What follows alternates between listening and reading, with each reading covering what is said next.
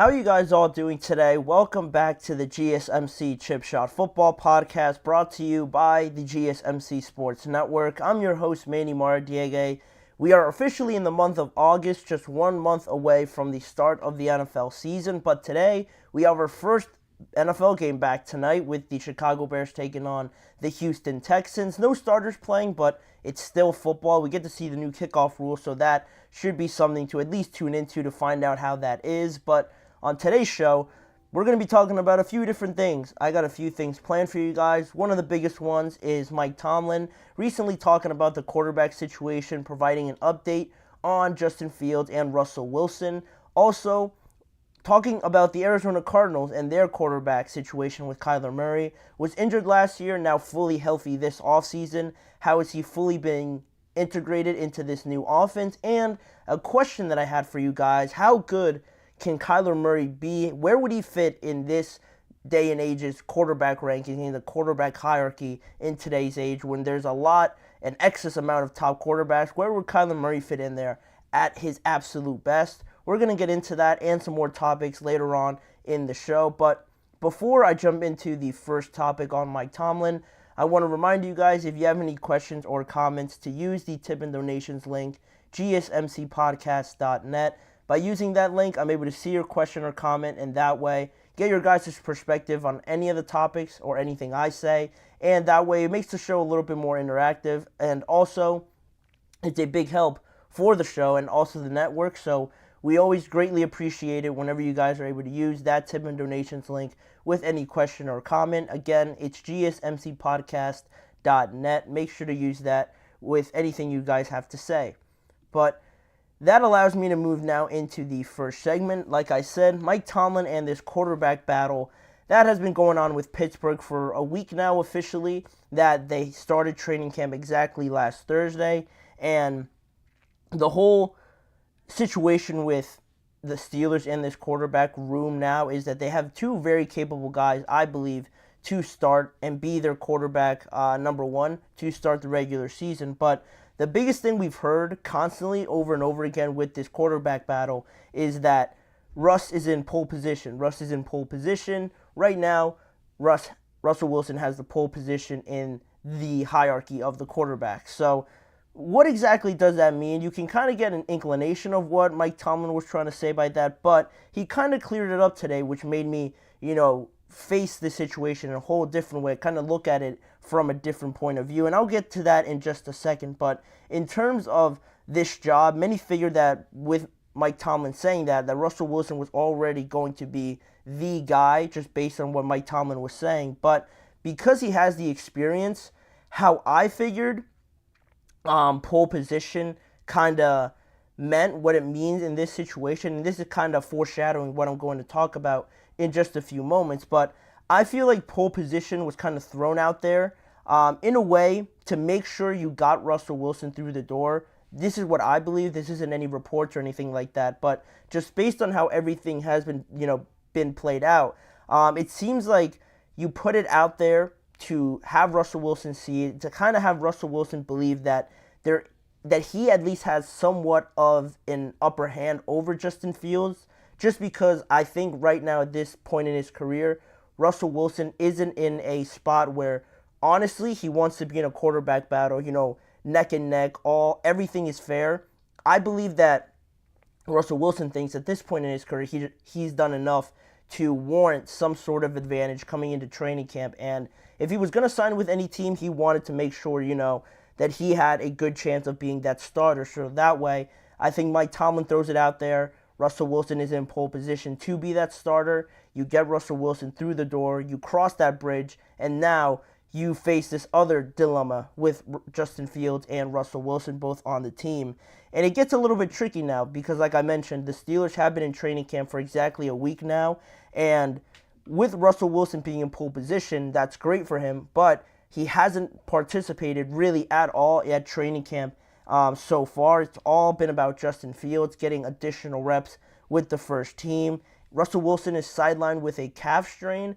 That was at the start of it. He's kind of been eased back into it over the last few practices, but not fully back yet, and that has allowed, I think, Justin Fields and the entire national media now to kind of get a better look at Justin Fields. You see all the highlights. You see right away, I think it was right after the first day of training camp, how all the headlines read that Justin Fields is, surprising everybody. He's playing great already. Is Russell Wilson's job already in question? All these things right out the gate. That's great for Justin Fields because he's definitely taking advantage of it. He definitely wants to be the starter. Obviously, he's not going to just move to the side for Russell Wilson, but with that now, impressing, getting the additional reps, and just from what I've been, looking into it and what I've seen from training camp, the main takeaways from Justin Fields and where he's really excelling at has been a great deep ball. The ball placement also has been very good. The running ability obviously is a big one with the kind of offense that they run with Arthur Smith, and the athleticism, just overall a pure athlete, one of the best athletes already on the team, is really showing up for Justin Fields, and that's getting a lot of people excited because honestly you haven't really seen a quarterback with the Pittsburgh Steelers have that sort of repertoire, so that's exciting. And he's playing good as a traditional quarterback. He's, I think, surprising a lot of people from what they expected to see out of Justin Fields. And Mike Tomlin spoke about it in one quote that he said with CBS. I'll pull it up right now. He said, "We've got two really capable guys. We're going to create an environment where they get an opportunity to compete and see what they're capable of. Justin has really taken advantage of the opportunity for additional snaps because Russ has been out some the first week. Really just excited about the trajectory of it." What you'd expect to hear from Mike Tomlin. Again, still stressing the idea of competition up until this point where Russ hasn't been out there, so it's not like he doesn't want to seem like he's just giving the position still to Russell Wilson because it's hard to do that with Justin Fields impressing already so early on in training camp. But the more interesting quote I pulled from this interview that he did with CBS was this next quote on the pole position. Mike Tomlin himself clearing up what he meant by that and where we can now bring that in our evaluation of this quarterback competition in reality, when he said, "We described it as Russ having pole position, meaning that they're going to be given an opportunity to compete, but I just think it's important to lean on his experience and his expertise relative to the things that come outside of playing to provide direction for the unit." And I think that was really telling and also really fascinating. To kind of go back to what I mentioned before, pole position, you throw it out there to make sure Russ comes in, make sure you sign him, make sure he wants to sign with the Steelers, thinking that he'll have a great opportunity to be the starter once he signs. But basically, I think this is still saying that, yes, it is going to be a competition, but Russ should be in that, pole position so that the team kind of right off the bat sees him in a position of, leadership, takes him seriously, because after the Denver Broncos situation, it's very easy for Russ to walk in the locker room and not be taken seriously, not be taken as a full, leader, even though he's had a great career, great legacy already with Seattle and everything he did there.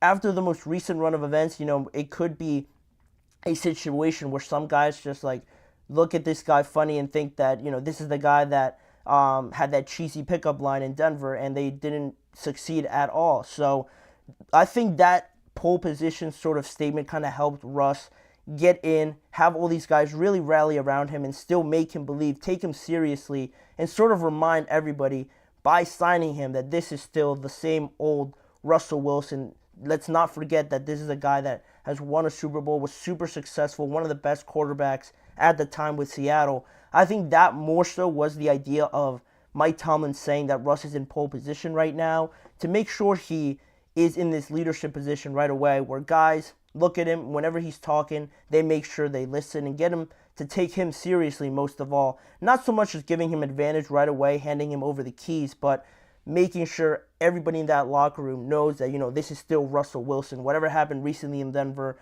is one situation. He also had an enormous amount of success in Seattle. So that's where I'm thinking about it. And does that mean in any way that this quarterback battle is now 50-50? Probably not up until that extent, but I think Justin Fields is definitely getting people to look at this team differently. And then the last thing I'll say about this is now with Justin Fields improving and impressing people, now you get this conversation in the national media of if Justin Fields plays, I've heard that people are comparing this Steelers team, the potential of this team to that of the Baltimore Ravens with having that running ability, that great running game with Najee and Jaylen Warren, and Justin Fields, who is, I think, a very talented runner, maybe not as talented as Lamar, but he's right there in terms of athletic ability. This team sort of resembles that with the heavy packages, the 12 personnel, the multiple tight end looks. The only difference now with the Steelers team is that they have a great generational type of receiver like George Pickens, where the Baltimore Ravens don't really have that. So in a way, if you really want to go into this comparison and think that, the quarterbacks line up with their abilities, you have the great offensive line or the offensive line that the Steelers are building, a great running duo, you could say that maybe in that scenario, the Steelers could have a better situation now because they have better receivers than the Baltimore Ravens do at this point in time. So I'm not saying I fully buy into that, but I wanted to address it because I've heard it and I kind of see it. But right now, I'd like to see the Steelers step foot on the field during the regular season before I start crowning them the next Baltimore Ravens. There are some resemblances. I do acknowledge that fact, but we are still just getting into August. We are in the first day of August, and right now, it could still be Russell Wilson starting, and I think that's still the majority feeling up until this point. But Justin Fields is certainly, impressing a lot of people and surprising a lot of people is what I meant to say, because I don't think a lot of people expected him to right away show off some of that ball placement, some of that deep ball placement, and surprising a lot of people early on. The offense is looking good from what I've been able to follow up on Twitter through training camp and all of that. So it's exciting. It's exciting when you're getting compared to one of the best teams in the AFC. But again, I'm a guy that likes to see it. I have to see it first before I make any sort of projection somewhat. Let's just get to preseason at least first. But that is everything on Mike Tomlin, providing an update on the quarterback battle a week into training camp. And with that being said, we're going to jump from one quarterback situation to another with the Arizona Cardinals.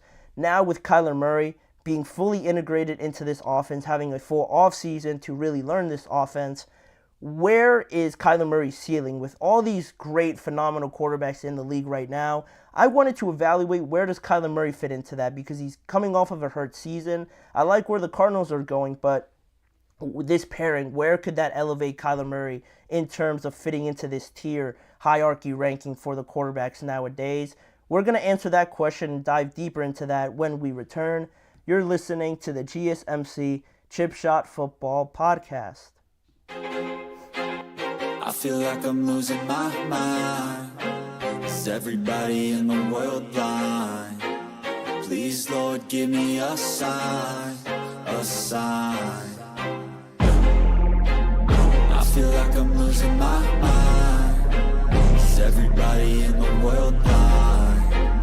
Please, Lord, give me a sign, a sign.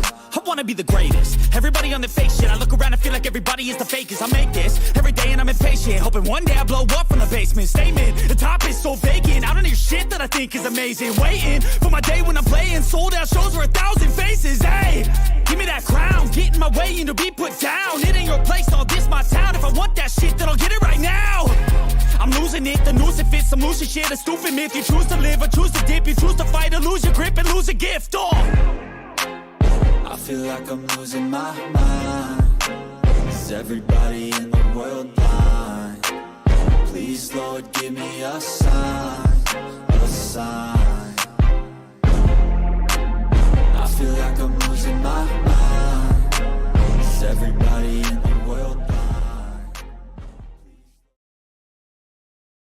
Jumping right back into the show and bringing up a topic that might be one of the least talked about topics I've brought up on this show, the GSMC Chip Shot Football Podcast, just because we're talking about the Arizona Cardinals, and overall, honestly, they haven't had much going for themselves. There's bad teams, there's teams that you don't think really have a chance to be contenders. They're just in a weird spot where they could be competitive. They're going to be maybe around 500, but that's one situation. But even worse than that are, the irrelevant teams, the forgotten teams where right off the bat, right through the start of the regular season, right through the end, you never really have a hope that they're going to be anywhere near thinking that they're a capable, good team. And that's the scary part when you're thinking about an organization like the Arizona Cardinals that have been in a bad part, in just a bad stretch over the last few years.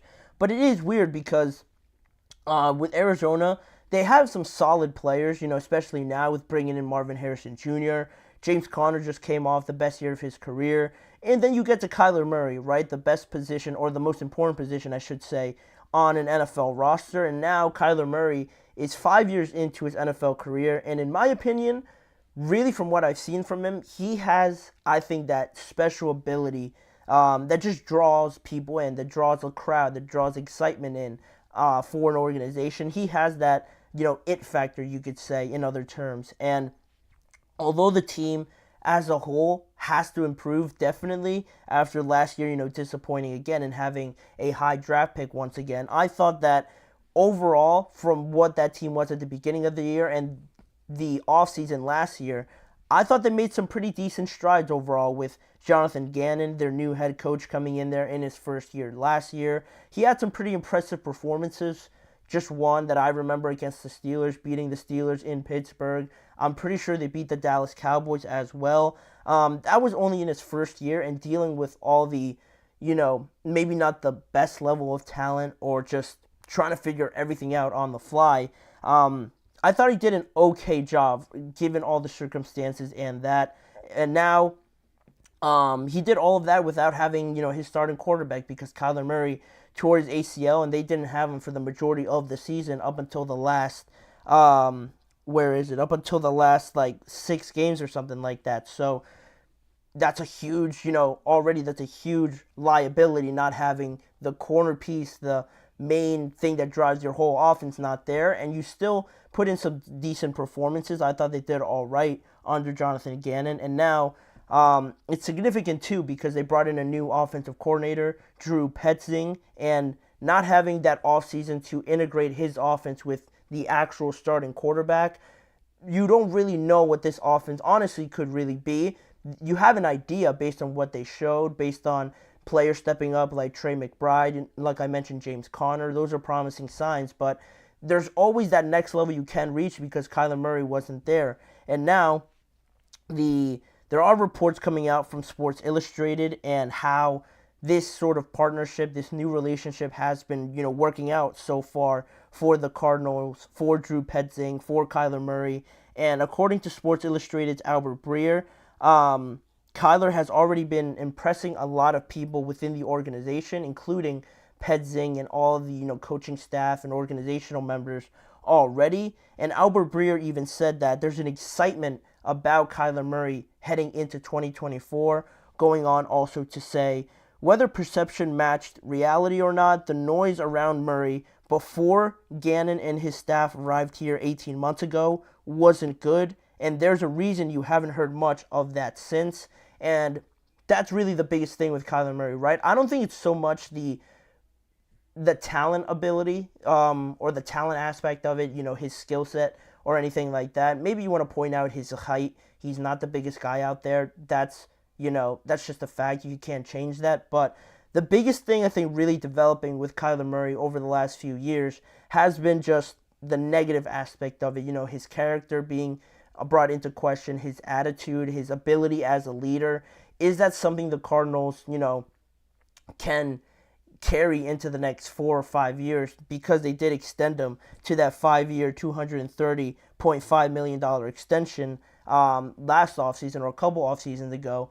It, puts into question now, did the Cardinals make a mistake doing that with the character questions, the leadership aspect of it not being the most positive around Kyler during that time? You go back to that knee injury he suffered in December of 2022.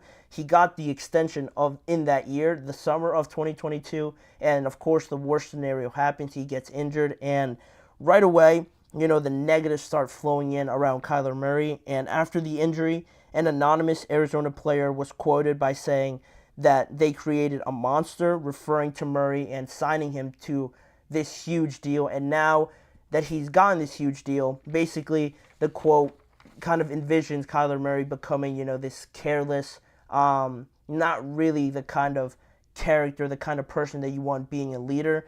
And that's where all this stems from, right? The attitude questions, the lack of accountability. Is he a hard worker? All that stuff like that. People bring in, his personal life with how he plays video games a lot. He's really involved in that aspect of, gaming, of doing something else outside of football. And people start to question, is his focus really on football, or is he just thinking about playing Call of Duty all day or something like that, where it's a little unfair, but that's what happens almost when a player gets injured, and he can't have the ability to go out there and prove that, hey, I'm still fully focused, I'm still a good player in the NFL. And to go off of those negative comments, the negative narrative that has, followed Kyler recently, there was that time before last season, it was reported that some head coaching candidates before Jonathan Gannon was eventually hired, that they didn't want this job because they'd be tied to the hip of Kyler Murray for the next 4 years. After he got that extension, it was reported that a lot of head coaches, just didn't want to be involved in that situation, didn't want to form a partnership or a relationship with Kyler Murray because of all these negative stories coming out about him. And again, that's what has been happening. That's what has been the whole storyline so far for Kyler Murray. And so far, according to Albert Breer, it's been really the opposite of that so far. Breer also adds on that in this full offseason with Jonathan Gannon and Petzing, Murray's been a model teammate. In the words of Albert Breer, he's been full steam ahead in this second year of Petzing's offense, trying to catch up, get everything, under control, and really learning this offense, being uber productive and trying to really know this like the back of his hand, because this is a big season now for the Arizona Cardinals. Because before, like I mentioned, last year they were all right considering all the circumstances, but now you have your starting quarterback now back in for hopefully an entire year. You hope to look a lot better now with Kyler Murray in as the starter, trying to learn this offense as quickly as possible with some of those weapons like I mentioned before. I think Trey McBride was one of the shining, stars that came out of this entire situation. Just out of nowhere, you have a very reliable tight end, it seems like. James Conner, a very reliable option outside or in the backfield. Marvin Harrison, the most ready player coming out of college I think I've ever seen. And now with Murray coming back, you hope to take that next step. And even when he returned last year for the last 8 games, he had a 3-5 record, 65% completion percentage. He had 1,799 yards, 10 touchdowns and 5 interceptions with 3 rushing touchdowns and almost 300 rushing yards. So it's an all right stat line, considering everything, not really knowing the offense. Still putting up those numbers I think was at least decent to finish off the regular season. But, now we get into projecting. Now we get into the question, how good can Kyler Murray really be with a head coach that I think is the best that he's had there in his time as the Arizona Cardinals, quarterback, and really with a better team, with one of the best teams I think he's had, at least on the offensive side of the ball. Defensive side of the ball, I'm kind of hoping that Jonathan Gannon, with his expertise on that side of the ball, can sort of mask some of the bigger deficiencies. But offensively, I just ratted off a bunch of players that they have at their disposal. And from what I've seen, Kyler at full potential was back in 2020. At least from what we've already seen, he could reach another level. But the best year we've seen from Kyler Murray, in my opinion, was in 2020, in his second year, where his stat line was almost 4,000 yards. He was 29 yards short of reaching 4,000. Then he had 26 touchdowns, 12 interceptions, 67% completion percentage, and he had 819 rushing yards and 11 rushing touchdowns in that year. And I might get some sticks for this. I might, you guys might obliterate me by mentioning this, but those numbers are very similar to Lamar Jackson's numbers this year, and he won the MVP this past year. So I'm not saying he's Lamar or he could be that level of what Lamar is, the kind of player that he is. Obviously, he's won 2 MVPs already, so to compare Kyler Murray to him is insane. But the numbers, are there. You can read them. You can compare them to Lamar's numbers this year. Back in 2020, the best year that Kyler has had. is the numbers that Lamar put up this past season, and he won the MVP. So in comparison to all the other numbers compared to other quarterbacks this year, the yards were top 10 in terms of, how many yards he passed for in 2020. Then also, he was around 9 or 10 in terms of passing touchdowns. Rushing touchdowns, he would have been first or second in the NFL among quarterbacks, only behind or just barely in front of Lamar Jackson. So, yes, overall, painting the entire picture of who Kyler Murray is, I think the stats kind of show you the ability, and just watching it on TV as well, the eye test, you can see that he's an absolute nightmare to try and tackle. The arm talent is certainly there with his baseball background. I think he has the ability to maneuver his throw, angle his arm in different ways where he can make some pretty impressive throws. He's got a pretty strong arm as well. And now with the experience, you put that all together with the production that he has put up already in the NFL, it makes me think of Kyler, maybe he has an opportunity here now with, like I said, the best team he's had, the best head coach that he's had, to kind of get back to that level, and then trying to compare him to other quarterbacks and seeing where he fits in. To me, I think at full strength, fully healthy, with a better team, I think Kyler is right almost in that second tier of quarterbacks. At his absolute best, I think he can be right in there with the Justin Herberts, with the Trevor Lawrences, with the Baker Mayfields, Jalen Hurts, perhaps. He's made a Super Bowl, so that one's a little bit debatable. Kirk Cousins, even. I think at his absolute best, like I'm saying, hopefully he gets back to that. Maybe he even exceeds it this year, but I think he could be merged into that conversation with some of those guys. Definitely not the Josh Allens, the Patricks, obviously, the CJ Strouds, Jordan Love, Dak Prescott even. I don't think he's there yet. Maybe he could reach that level, but for right now, I think he's at his absolute best could be in that second group of guys where, they have all the talent in the world, but the production, team production hasn't really been there. And I think Kyler, based on what I've seen, based on what I've, researched about him in terms of production, I think he fully should be in that group. And I don't think that's too crazy to say, because all these guys sort of have the similar story. Very good. Baker revitalized his career just coming off of his best year. Jalen Hurts has had 1 to 2 great years, but has also had some pretty shaky years. Trevor Lawrence still trying to get over that hump. Has had great moments, but also some very poor moments as well. As a team, also has made the playoffs one time, has won a game. Kyler has made the playoffs one time. And Justin Herbert as well made the playoffs one time, but he's full of all this talent. All these guys are like, you're waiting to see that next step, and I think Kyler could fit in there pretty nicely. I don't think that's too out of pocket to say, as much of a hot topic or a hot take, I should say. But that's how I'm feeling about Kyler. Maybe I'm reading too much into it. Maybe the Cardinals are not going to be anything too special, I presume, with the division that they're in. But this is a building thing. And I think Kyler could be merged into that group going forward. But let me know what you guys think of what I say, and where do you guys have Kyler Murray ranking among some of the top quarterbacks in today's game.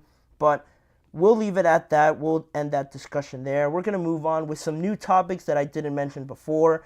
The Kansas City Chiefs appearing to backtrack on their unique kicking strategy that I thought they were going to be implementing, but it looks like they will not be going that route in 2024. And also some training camp news around the Philadelphia Eagles, some battles, some positional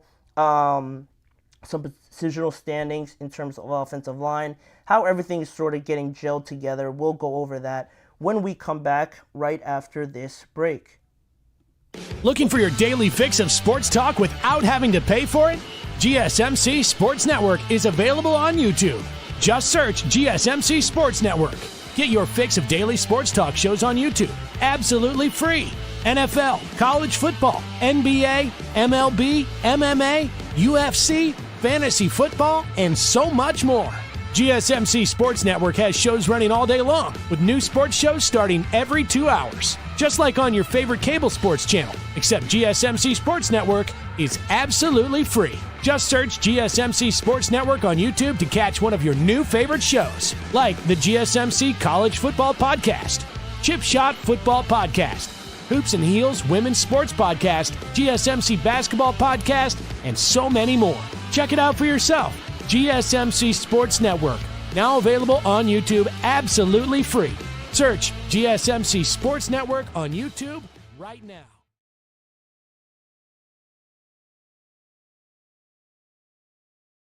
Jumping right back into the action, talking about the new kickoff rule, the new kickoff format now that is set to debut, currently live. It's 7 p.m. Eastern Time. The game is about to kick off in about an hour from now, so it revolves around that, the new kickoff format, the new kickoff rules that we're going to be seeing hopefully tonight. Hopefully some excitement out of that between the Bears and the Texans. But this has to do with the Kansas City Chiefs. And about 2 months ago, the Chiefs suggested that their safety, Justin Reid, would be taking some of the kickoffs in this new format with the new rules, making it more likely for the kickers to, have to tackle, because just off the top of my head, if I'm stating the rules right, the kicking team, the defending team is not allowed to move until the receiving team fields the ball, they make contact with the ball, and then, the entire play gets going. And that allows more of an advantage for the offense, setting up their blocks and everything like that.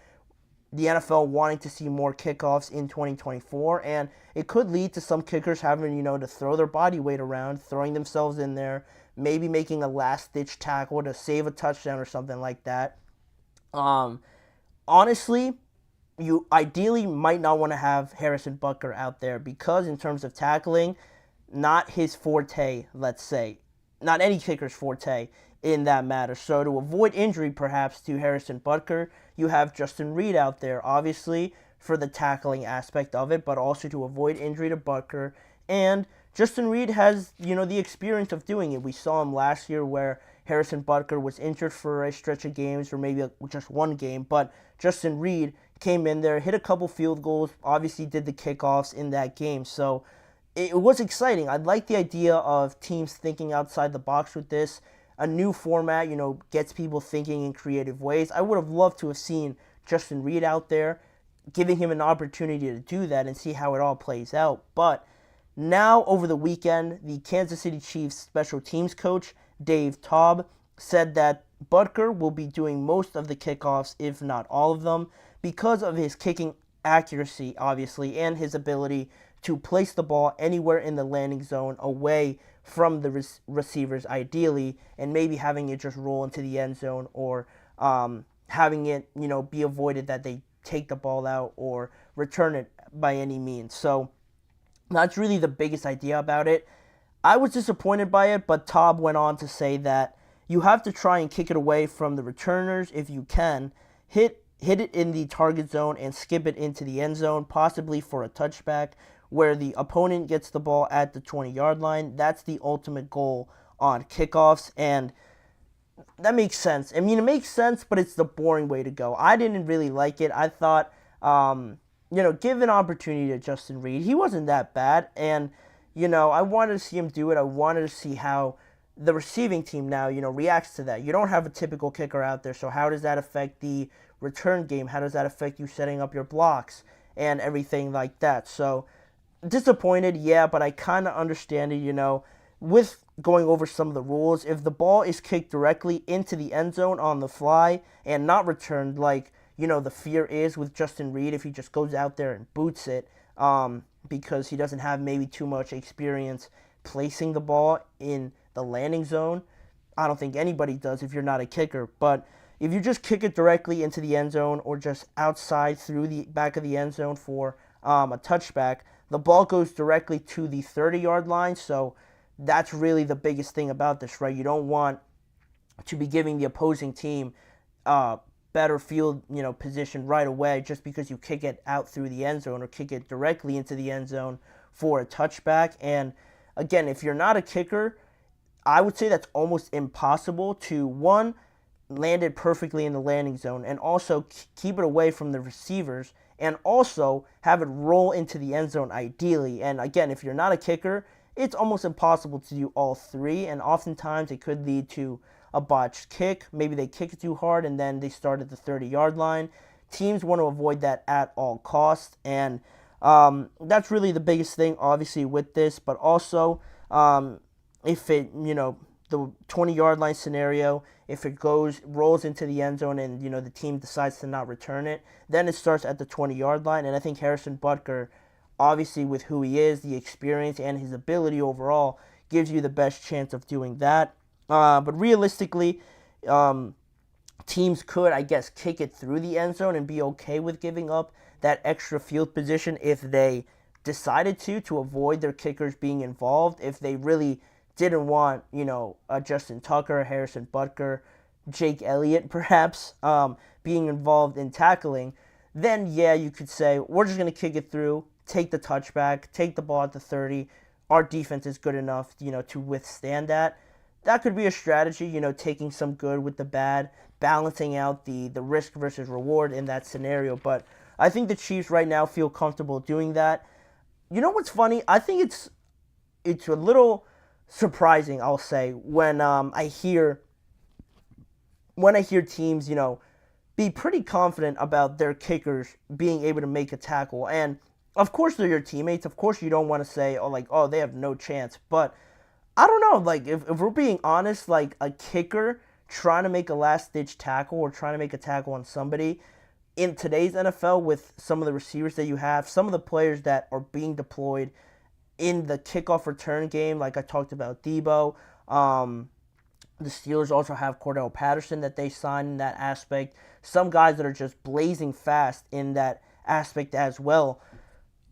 I would have just liked to have seen some more realistic reactions, I think, to some kickers, some teammates talking about their kickers making some tackles. I felt that it could have been a more cautious approach, a more cautious, reaction to having your kickers out there, not this exuberance of confidence that, oh yeah, my kicker's going to make that tackle. Of course he could do that. And maybe they'll do it a couple times, but repeatedly isn't something that I think is realistic. And right now, it's disappointing that the Chiefs sort of backtracked on this, but I'm not giving up hope. I think it'll all depend on how it goes throughout the season. Harrison Butker has gotten hurt already. You don't think or hope that that's going to happen again, but it has already happened. So Justin Reed could get an opportunity that way, and I think it just all depends on the situation, the circumstance of it all, and how it all plays out. But I think this is but I don't like them, just kicking it out the back of the end zone either. If they do decide to go with Justin Reed, if they decide that he's not really capable of doing all three things, kicking it into the landing zone, keeping it as far away as the receivers as possible, and also having it roll, get the appropriate spin on it with an awkward shaped ball to roll into the end zone and not out of bounds per se. That wrapped up into one is more of a risk, I believe, for the Chiefs to do it. So you got to weigh it out. Right now, the Chiefs have switched over to the other side, so maybe after a few preseason games, they'll change their mind again. But a little disappointed. The risk of Butker also tackling could still be there, so I think they're still considerate with Justin Reed, just depending on the circumstances of it all. But we'll see how it all plays out. It's super neat to think about now how I have an entire segment devoted to the kickoff game, because I truly believe that it's going to be something that is tinkered with, changing constantly from game to game, from week to week, and you're going to see some teams have a brilliant strategy to it, a bunch of other teams copying it, then maybe something completely doesn't work and you have to go through all these different scenarios of what could work, what is working for other teams, and things like that. It's going to be funny and very entertaining to see how teams react to it and how everybody, plays off of it, because this is truly something so new to be, brought into football that it's going to make everything more exciting. We'll see how it plays out for the Chiefs taking this decision now, but that'll be pretty much everything on that situation. The Chiefs going back on their decision to have Justin Reed do some of the kickoffs in 2024. But with that being said, like I mentioned before, we're going to move into the next segment talking about the Philadelphia Eagles, some of the takeaways from the early portion of their training camp, talking about A.J. Brown going up against their rookie first-round draft pick in Quinyon Mitchell, some exciting battles there. Also, Mekhi Becton, who they signed in free agency, he's having some looks at right guard instead of tackle, which has panned out pretty well for him so far. And lastly, Cam Jurgens transitioning back to center to inherit that position from the legendary Jason Kelce. How is that all panning out for the Philadelphia Eagles thus far? I'll give you guys all those details when we return after this break. Don't go anywhere.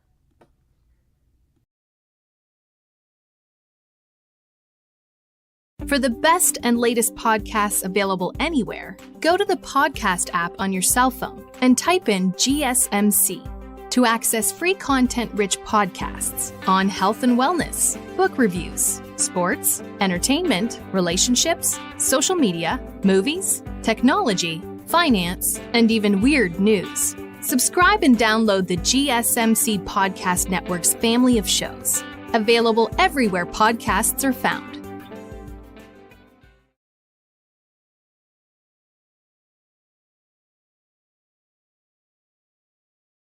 We are back here on the show, now diving into some more training camp topics, ones that I think I've seen more of than any other ones, just in terms of what's going on there, not having to do with injuries or anything like that, or holdouts. I think that's been really dominating the landscape of training camp thus far, but this is one where the on-the-field storylines and how everything pans out has really, stuck out thus far. And I wanted to bring it up because the Eagles are one of the teams, I believe, that have a lot riding on their shoulders, and they should be because of the talent they have on this team, the disappointing season that they had in 2023, and they have a lot of intriguing scenarios that, not a lot of people think of when it comes to these stacked teams. On paper, you find it hard to find any weaknesses, but there are certain positions and certain decisions that they're going to have to make that could impact a lot of how this team looks and how this team performs week in and week out.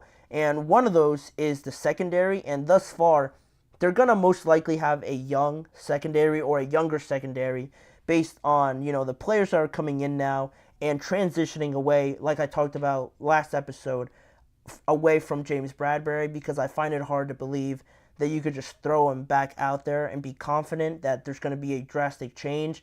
That's why they went out and drafted Cooper DeJean. They're bringing back Isaiah Rodgers. They still have Kelly Ringo, who they drafted last year also. Quinyon Mitchell, obviously drafted in the first round.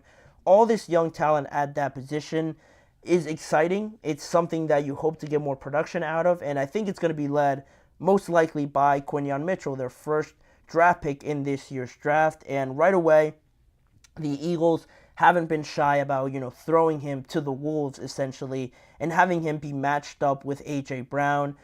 Iron sharpens iron. That's something you always hear. And I think this is going to be great for Quinyon Mitchell for his development, facing off against one of the best receivers in the NFL through training camp is definitely something intriguing to keep note of, and something that I'm sure draws a lot of eyes just to see how Quinyon Mitchell has been performing. And thus far, based on what I've been reading and just seeing all over social media, he's definitely, been impressing against A.J. Brown in a lot of coverages and a lot of scenarios.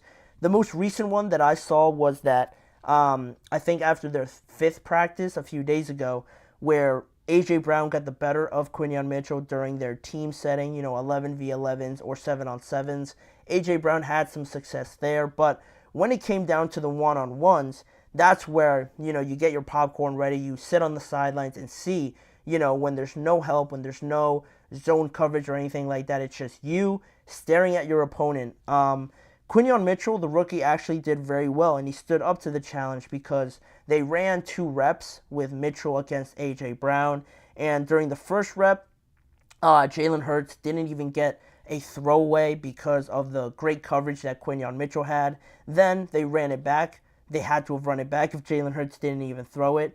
During the second rep, right after that, A.J. Brown did make a very impressive catch, but Quinyon Mitchell was very clever and wise enough to throw him out of the back of the end zone, not let him get 2 feet down, and that rep also went to Quinyon Mitchell. So he went 2-0 against A.J. Brown in the one-on-one settings, which, again, is maybe not too much, but also I like to read into that sort of stuff, I think more so than some people do, just because it might be, the case of, it's only July, it's still essentially practice. But those moments, I think, are just little building blocks, little, injections of confidence for a guy like Quinyon Mitchell, who has, you could say, some pressure, being the first draft pick for the Eagles this year, to go out there and sort of prove himself that he could stand up to A.J. Brown, knowing that who A.J. Brown is. I think that's going to only benefit him to build this, foundation for himself to be that player that they envision him in being in 2024. And on the topic on just overall how training camp has been going, Mitchell said that they can put me out there at nickel or dime. I'm just ready for it. They've been throwing it at me, but I feel like I've been handling the ropes so far. And that is true. Also, Philadelphia has been, moving Mitchell all over the secondary, experimenting as you would at this point in the offseason in training camp, which I think is great. More exposure for Quinyon, not just on the outside, but really seeing where his limitations are everywhere across that secondary and seeing where he fits in best compared to other players that also need to fill out the rest of the spots. So far so good for Quinyon Mitchell. He is definitely one of the players that I had high hopes for heading into this year. When the draft happened, I was, completely surprised that he fell into the 20s, but the Eagles have a heck of a player here, I believe. Opposite of Darius Slay, learning from Darius Slay as well in some of these matchups, in some of these scenarios, I think it's going to be great for him and the Eagles. But there's also the topic on offensive line here, and they kind of play off of each other that I wanted to bring up here, these two topics, just overall on the offensive line. Starting with Mekhi Becton, with Jason Kelce obviously retiring.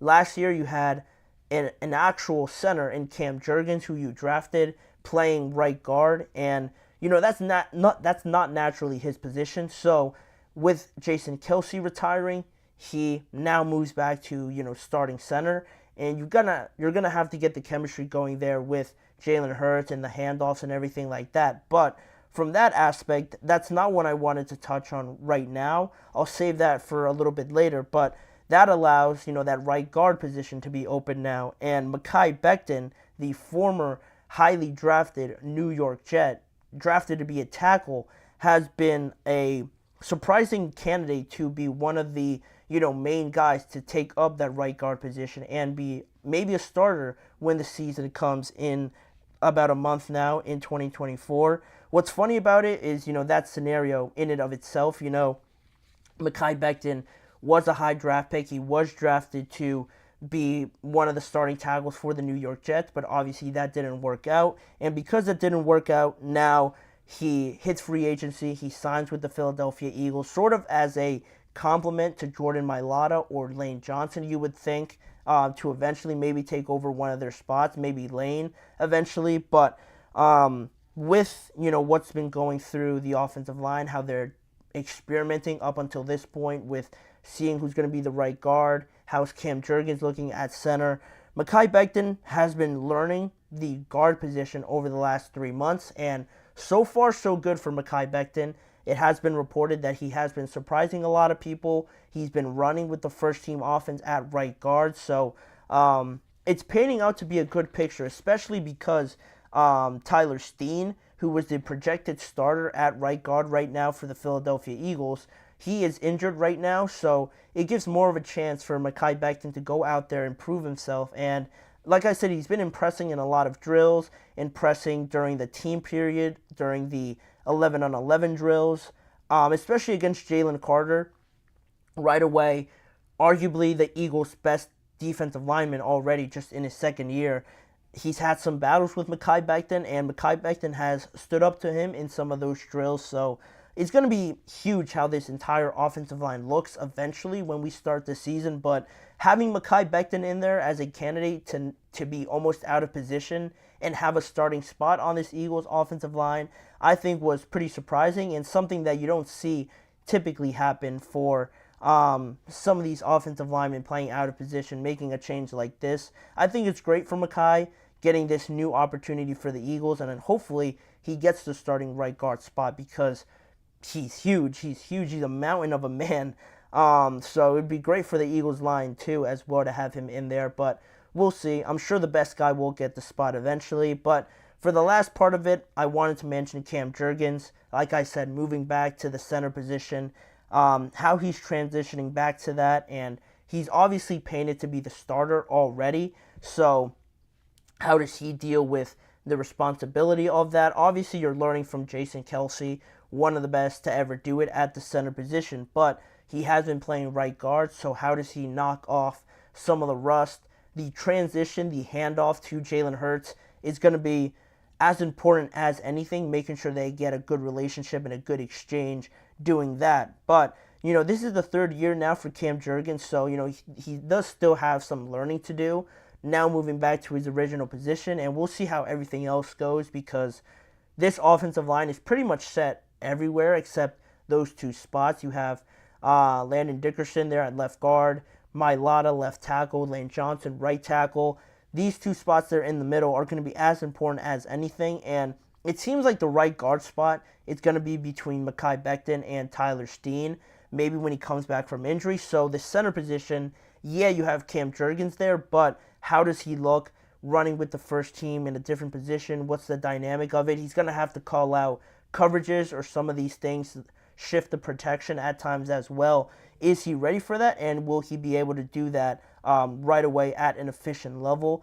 It's one of those positions where if you're doing a great job, no one's really talking about you, which is kind of odd. If you're doing a phenomenal job, you're protecting the quarterback, nobody is really overly praising you. But if you're doing an awful job, it's in some way, shape, or form, it's even louder than some of the other positions that get criticized, because you can't block anybody. It's pretty evident and pretty obvious that you're getting just manhandled in there. So it does come with a lot, but the Eagles feel confident that Cam Jurgens is up for that challenge with already, like I said, heading into his third year in the NFL.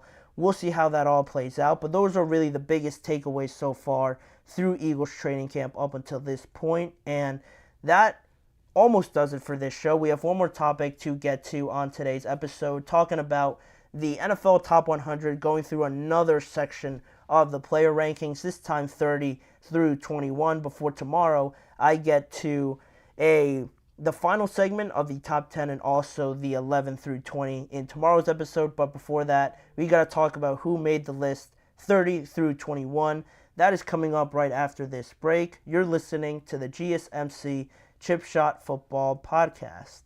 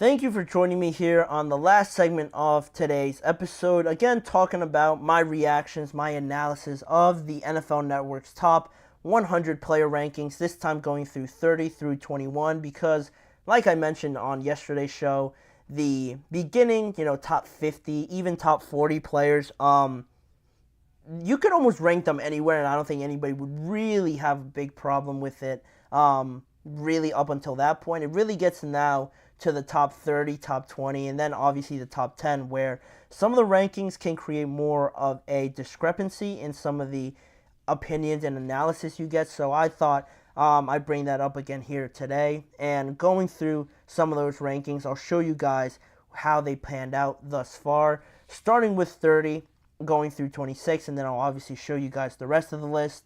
We have Deebo Samuel, then Khalil Mack, Brock Purdy, Nick Bosa at 27. 26 is Mike Evans. Then the other half of that list, before I go into, talking about it, we have Jalen Ramsey at 25, Dexter Lawrence in at 24. At 23, we have Amon-Ra St. Brown.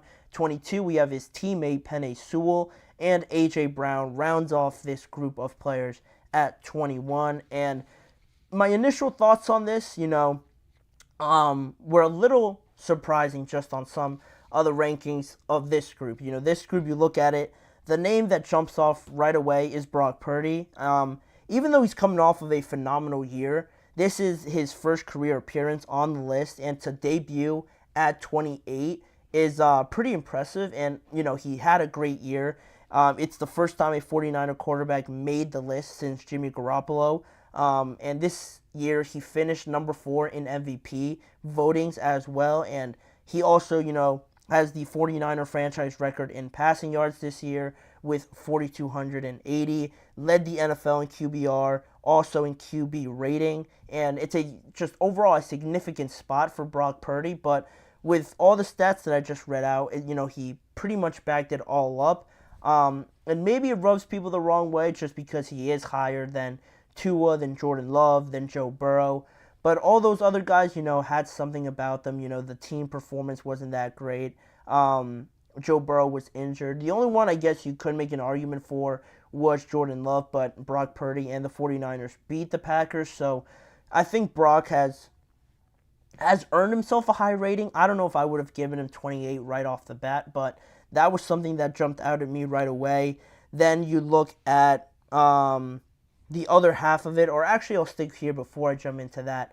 Nick Bosa, you look at, and how he is the 27th ranked player, is actually the lowest he's ever been ranked on this list. He made the list the last 3 straight years, and for this to be the lowest he's ever been ranked is pretty insane, considering he's made the list the last 3 consecutive years. But it almost feels too low. I feel like from watching Nick Bosa, what he has already proven in his, not long NFL career, I think he at least has warranted a top 20. I think 27 is a little too low for my liking, and just how much the 49ers depend on him, especially on that defensive line, especially going into this year. I think 27 is a little too low for me, but I can kind of understand it from that point of view. Mike Evans at 26, considered arguably one of the most underrated, if not the most underrated receiver in the NFL. And this is where I think this is one of the most accurate rankings I've seen of Mike Evans in recent years.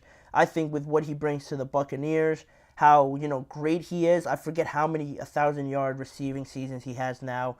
It might be like in the double digits now, honestly, or close to that, with just how quietly he's building this Hall of Fame resume. And a lot of times he doesn't get brought up in the top wide receiver conversations, but at 26, you can make a case for him for the lower 20s, or the higher 20s, I should say, maybe to fit in somewhere there. But I like where he is at this point. I'm content with that for this half of the list. But then you move into the other half, and there are some more takeaways I had from here. Jalen Ramsey at 25, he was pretty highly ranked on the cornerback rankings for ESPN. He was around 5, I want to say. So a little surprising, but also I think still he is Jalen Ramsey. He still has that, reputation of being one of the best corners in the game. 25 is all right. It's not something I'll, make a fuss out of it too much. The biggest ones were really Amon-Ra St. Brown and Penei Sewell. Amon-Ra St. Brown jumps up 43 spots to be at number 23 from last year's list. He made the All-Pro first team this past year with about 1,500 yards receiving and 10 touchdowns, so very much well-deserved. Amon-Ra really now starting to really make a push for those names that you bring up right away, with the Justin Jeffersons, with the Jamar Chase, the CeeDee Lambs, Devontae Adams as well you can throw in there, the Tyreek Hills. There's so many, but Amon-Ra, I think after the year that he just had, is slowly climbing, and I don't think he's reached his ceiling at all. I think he could definitely improve in certain areas, as well as this entire Lions team. They're coming off one of the best years that they've had in their recent entire history, and now that they have not one superstar, but this other superstar that I want to talk about, Penei Sewell, the NFL and just the players in general giving love to one of the best tackles and just overall offensive linemen that the NFL has to offer. This is also Penei Sewell. The first time he has made this list, he's one spot ahead of his teammates, so I'm sure they're going to have some good banter around that. But he also made the All-Pro team, became the highest paid tackle in the NFL when he received his contract, but that was just surpassed actually today by Tristan Wirfs. So very much regarded as one of the best offensive linemen. I think himself, Tristan Wirfs, and Trent Williams are probably the three best if I were to guess and just name them off the top of my head. Penei Sewell really just becoming one of the cornerstone pieces of this Detroit Lions team. I think he really sets the attitude and just the production as well in how well the Detroit Lions not only pass protect and how Jared Goff has all that success, but also in the running game. They're almost unstoppable when they establish the running game, and then Jared Goff is stepping back there, running through play actions, and then you get Amon-Ra going. Sam Laporta is another one that had a very impressive year. This Detroit Lions team, based on these two guys and how their top 25 players already, both of them super young still, have had great years. They got rewarded for it with both of them getting long-term extensions, and now you expect this to keep going, to live up to that contract, and I'm very confident in both of them that they're going to be able to do that. And then just going over A.J. Brown here to round it off, he actually jumped up one spot, I believe, from last year where he was ranked 22. Now he's at 21 this year, and, he had a pretty impressive year overall. To jump one spot, it might not seem like a lot, but he had a very historic, short run of it here in 2023 where he had 6 weeks. He had a 6-week span where he recorded at least 120 receiving yards in each game that he had in that span. So that was phenomenal. Just another reason why A.J. Brown, just during that period, looked like the best receiver in the NFL by far. But it was unfortunate that the Eagles sort of fell off there at the end. He failed to really get involved from that point on, and that was a shame. But I think he's very, very fairly ranked at 21 because he's paid like one of the highest paid receivers in the NFL, and you can't honestly name too many guys that you would take over A.J. Brown at this point in time. But those are the notes that I had on the guys that are ranked 30 through 21. The list of 20 through 11 actually came out today, and I'm going to go over it tomorrow and sort of give my predictions of the top 10 because of the weird timing of it all. The top 10 is actually going to be released tomorrow at 8 p.m. and obviously this show is going to be done by that time. So I'm going to react to 20 through 11 tomorrow and also give my predictions of what I think the top 10 is going to be and what I believe it should be, because some of the players that have already been released answered some of my questions about the next group that followed this one. Dak was ranked, Fred Warner was ranked. I didn't see Jahmyr Gibbs or Breece Hall, and I was curious to see if some of these players were going to be bold enough to throw in one of these young running backs that high, but it doesn't look like they're going to be included in the list that high. Unless I missed them from the previous rankings, it doesn't look like they're going to be at least in the top 20. There's no way they'll be in the top 10. But, what's interesting about this, none of the top 6 highest paid quarterbacks are in the top 20. And I think that says a lot, just going back to that topic that really clouds over the entire offseason. Everyone's paying the quarterback position, but in the eyes of some of their peers, all these guys that are getting these massive contracts, the top 6 highest paid quarterbacks, none of them are in the top 20. So some of the other guys, and of course it has to do just based on timing and who comes into the NFL at what time, but I think it still has some merit showing that the peers, the guys that are going against these quarterbacks, don't really rank them too much, higher than some of these other guys that some of them aren't getting paid to that extensive amount as quarterbacks are. And it all has to do, obviously, with the nature of the game. But I thought that was pretty interesting as well. So we'll see where that goes tomorrow.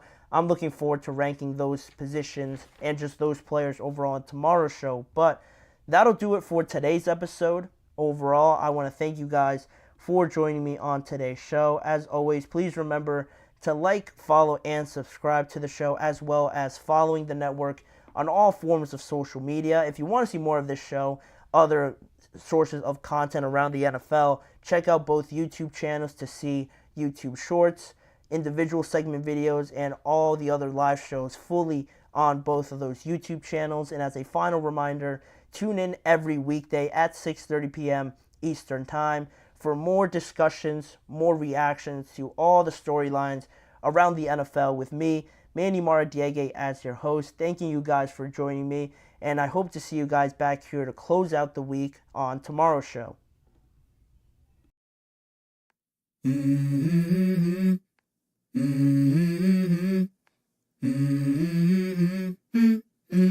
Let's go. I wake up to a little bit of drool on my pillow, feel like it's gonna be a bad day. Yeah, I'm tired of shit, and the coffee ain't hit yet, damn ain't that